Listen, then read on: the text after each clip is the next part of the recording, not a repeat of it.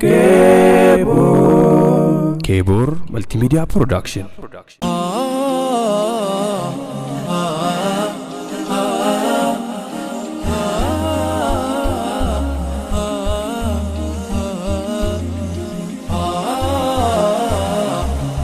الله الرحمن الرحيم. الحمد لله رب العالمين، الصلاة والسلام على أشرف المرسلين وعلى آله وأصحابه أجمعين، وبعد. مستمعي الكرام، أحييكم بتحية الإسلام وهي السلام عليكم ورحمة الله وبركاته. المكان كيا بشير قمدي جابا دربوا من مريد إموت سلاوما مقالة شاشمنيتي. ويا الحمد لله ربي كين ولين فيدي ربي كين قالتهم فلي جرا الرمادي بني ربي كين هويا داتي نوجه كيستو أيام نكون أيام الفاتو وانت توك خيري إذا كيس وجدتم توا وانت تكتا وهنجرة أيام حجي ويانا لما فعلا بولين كلانيتهم بولي الفاتو ربي كين اتين ككته والفجر وليال عشري جدي ربي اتين ككته لا أيام كنا كيس اجتماع بركة كنا والجاي بريدو إسلاما مقالا كنا همت هندرت ربي نو أرجم جيسي مجالس علماء مجالس صالحتوتا تيني يادك قودا منافس ربي سنقلتهم فنا الحمد لله رب العالمين. التانسون النوت أمني مسلمة مقالا شاشمني أكون بكمو قبصو أمني مسلمة إثيوبيا جيجيسا توري كيستي ورا قودا فلتا تورن كيسا مقالا الدوريدا مقالانتو مقالا قدو أكسمو مقالا سينك أبيتي بيا حاجاسان قمدا بيا توحيدا بيا أرسي كيسا بيا توحيدني كيسا اتبرق برقا علماء برقا توحيدا كانتاتي مقالا سينك أبيتي لا مقالا تانا كيستي قرآن قدان نؤرقني الحمد لله ما إلمان إسلاما قبسو من إسلاما دلقات ركيست هرماتا قدني ور هرماتو تاني سنتو لربي دي حالو مكانان من مريد إموت إسلاما فدرالة إثيوبيا غافون دي فمير راكاسي أوروميان غافون دي فمير راكاسي سوچي إني دلقات ركيست أددورين ور سوچوا هرماتا توري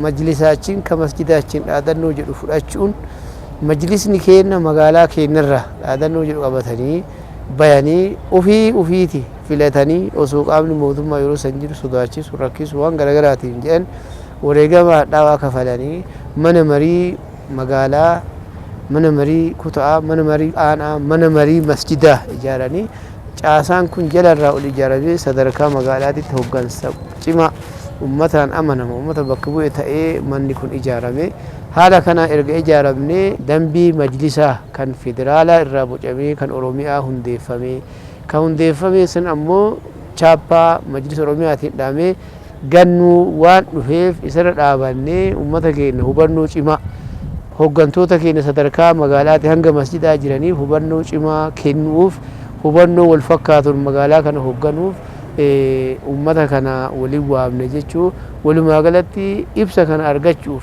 لينجي كان أرغاچوف وان والجنيف ربي كين غلطهم فنيرا سيلي غلطهم واجرا نرفع دبرا كيست أكا لما فاتت لا لما مسلموت إثيوبيا جيران جدما مقا رباتي وما توري وريغم نكون يروسن الراكاسه مسلم إثيوبيا جروسونتن مسلم إثيوبيا هذا نوجر قبتني dhaabbata keenya kan majlisa jedhamu ijaarachuu qabna. Abbootiin keenya ulamaa'onni keenya kan armaan dura wareegamatti kafalaa turanii mootummaan dhufaa dabraan maruu jalaa awwaalaa jalaa cadhisaa as ga'e sirna jijjiiramaa kana keessatti mootummaa jijjiiramaa kana keessatti bu'aa ummanni islaamaa argate keessaa guddaan biyyaa keessatti akka bocamu taasifame dambiin kun bocamee dambii kanaan akka ummanni islaamaa wal bulchu kan haala mijeesse mootummaan haa galatoomu.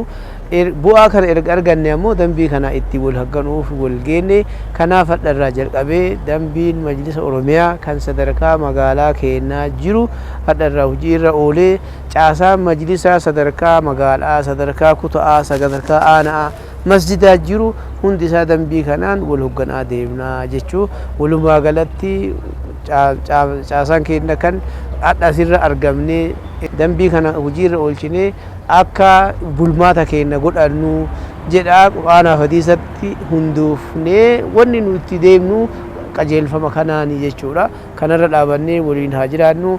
Caasaan dhuftanii kanarra nu gargaartan akkasuma immoo miidiyaan kun dhufee akkana nu waliin dhaabattanii kiyya dhimmi kun dhimma kiyya jettanii ergaa tana hawaasaan nu ga'uuf nu bira dhuftan baay'ee galatooma ulfaadha isiniin jechuu barbaadeeti. Wasalla Allahumma ala khayri khalqihi wa ala alihi wa ashaabihi ajma'iin billahi tawfiiq. Wassalaamu alaykum wa rahmatullahi wa barakatuh.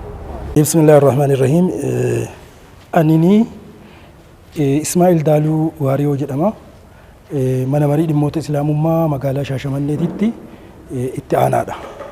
Itti aanaa mana marii dhimmoota islaamummaa magaalaa Shaashamannee. Guyyaa har'aa walga'iin nuti geggeessaa turre leenjii dambii ittiin bulmaata mana marii dhimmoota islaamummaa naannoo Oromiyaa irratti caasaa majlisa magaalaa sadarkaan jiruuf leenjii kennaa turreerra.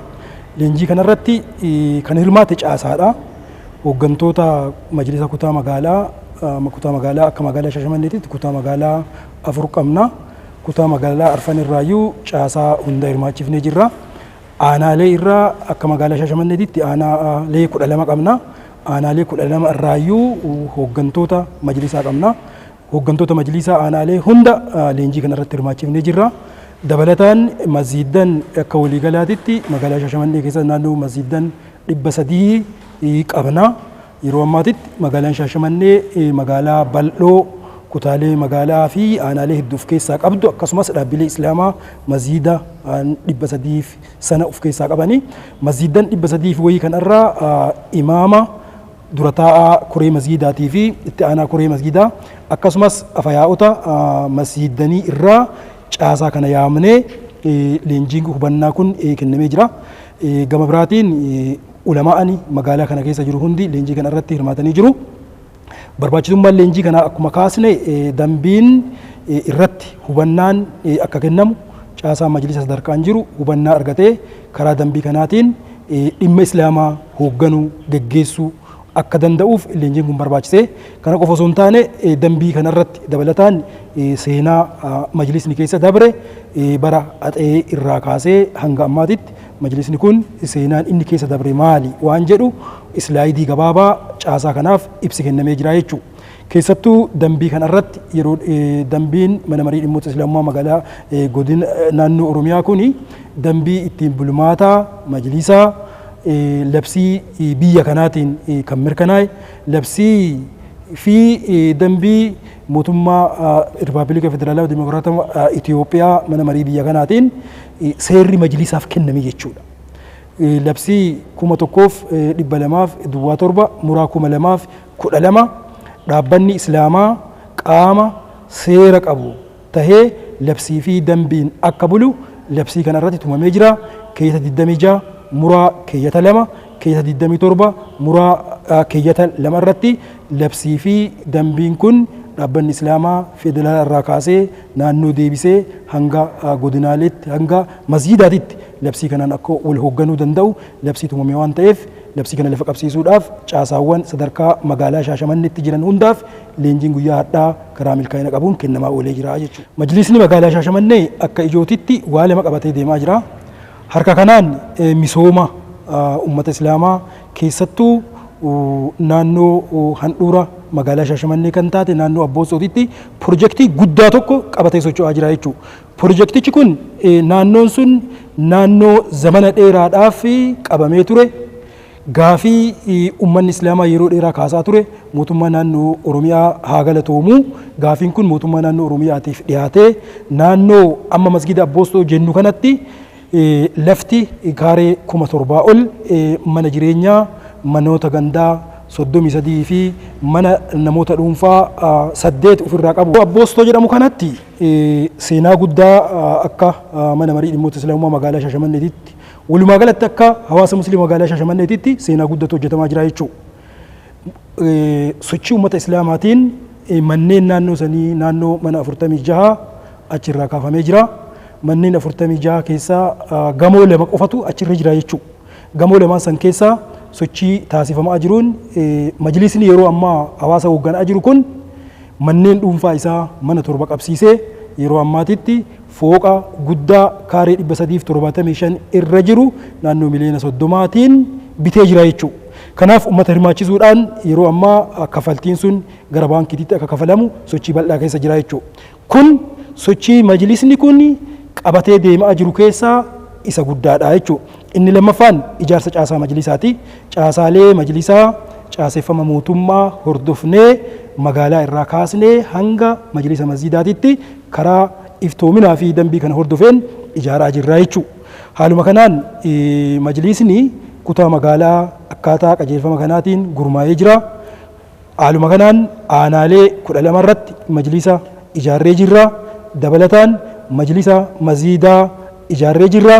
Haaluma kanaan caasaa dargaggeessaa karaa dambii kanaan walitti dhufuu danda'uun masjidan hundarraa kaasnee haga magaalaatitti ijaaraa jirra jechuudha. Kun hojii guddaadha. Hojii uummata islaamaa boonsuu majlisni kun yeroo ammaatitti hojii boonsaa fi hojii seenaa ta'u hojjetaa akka jiru kaasuu barbaada jechuudha. Walumaa galatti hawaasa muslimaa magaalaa Shaashamanneetiif akka nama tokkootitti wanni an dhaamu inni jalqabaa tokkummaadha.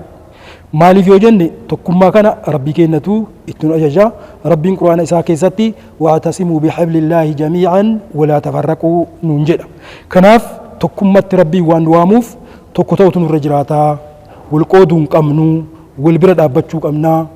Misooma amma qabannee deemaa jirru kana seenaa amma dalagame kana tokko taanee galmaan gahuu akka qabnu. Kebor Multimedia Production.